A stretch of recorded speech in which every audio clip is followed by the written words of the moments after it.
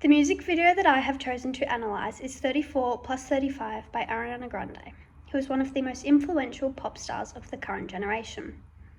The music video has the pop star as the focal point for most of it, and consistently cuts to scenes of her and a group of background dancers in a scientist control room, where there is a robot clone of Ariana Grande herself, and eventually the clone comes to life, where then herself and the dancers turn into Austin Powers style fembots in lingerie.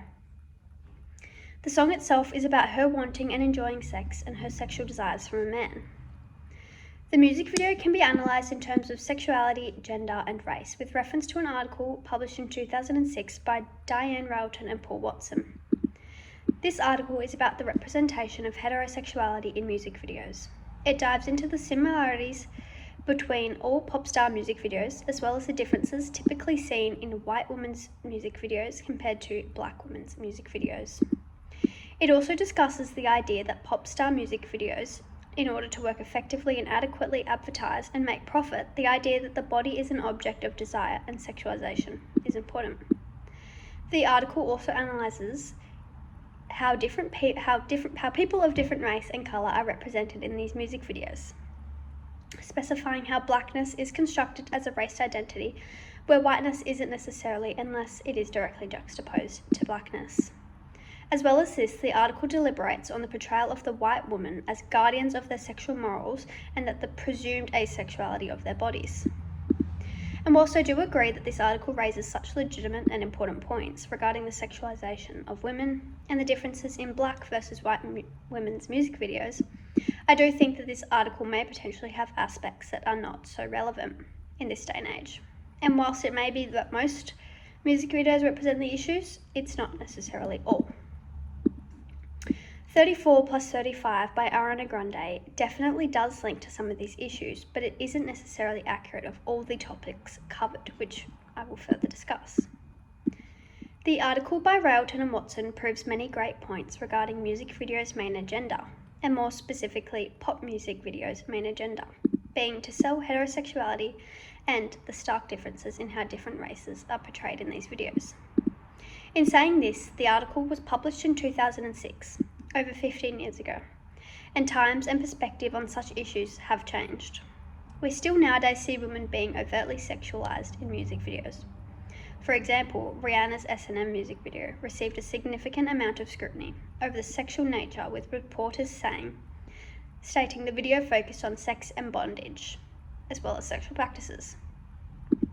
This could also tie into what Railton and Watson argue about blackness being seen as a race identity. Many new and upcoming artists have also voiced concerns that to be seen and win in the pop music lifestyle, being sexual and adhering to the principles that Railton and Watson discussed in their 2006 article is necessary. Cardi B, for example, claimed that she did try to show less skin and be less sexual in her music videos, however, people weren't interested. Whilst this is likely a really sad reality for many pop music artists, many argue that artists construct themselves in certain ways and that it's not necessarily only the consumers at fault for these artists being overly sexualized, and the differences in how black and white artists are represented.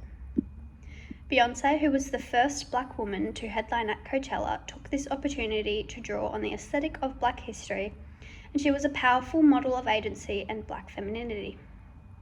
This critiques Railton and Watson's comments regarding black women's sexuality as powerless and unable to affect change, and displays how times have changed since the article was published, in that black artists are challenging what they examined in the article.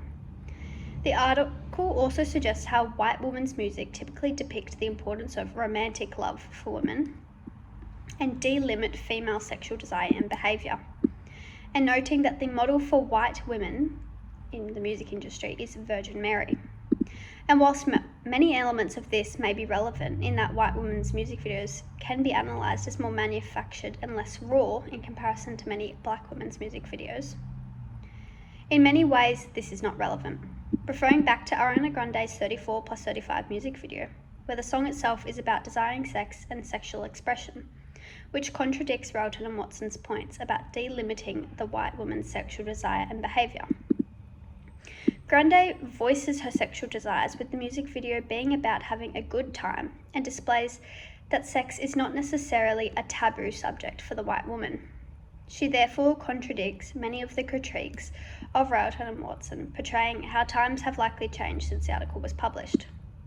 However, some points that they did discuss are true of this specific music video, such as it is very manufactured, clean and a clean aesthetic. Her hair and makeup is seen consistently perfect throughout the entirety, as well as the high production and light atmosphere of the video, which is noted by Railton and Watson as a difference between a white artist versus a black artist's music videos. It can be compared to a black artist music video such as Beyonce, which is noted to be more dark and raw in a more natural environment and is said to have more animalistic characteristics. Thus, the article is still relevant to some degree. However, times have changed since it was published and will likely to continue to change and develop over time, hopefully seeing black and white artists regarded in the same light and less sexualization occurring in these music videos. The article covers some very important topics of discussion regarding the music video industry. However, it doesn't directly touch on the sexualization and hypersexualization of men in music videos, as well as differences in black versus white men's music videos. This could potentially be an area of further investigation in the future, as well as potentially noting the differences in women's versus men's music videos and who they are directed towards. For example, Harry Styles is often highly sexualized in his music videos, as well as on social media, and it could be argued that he is even more sexualized than some female pop artists. And it needs to be considered if this is an issue of relevance in this day and age, and should this be researched.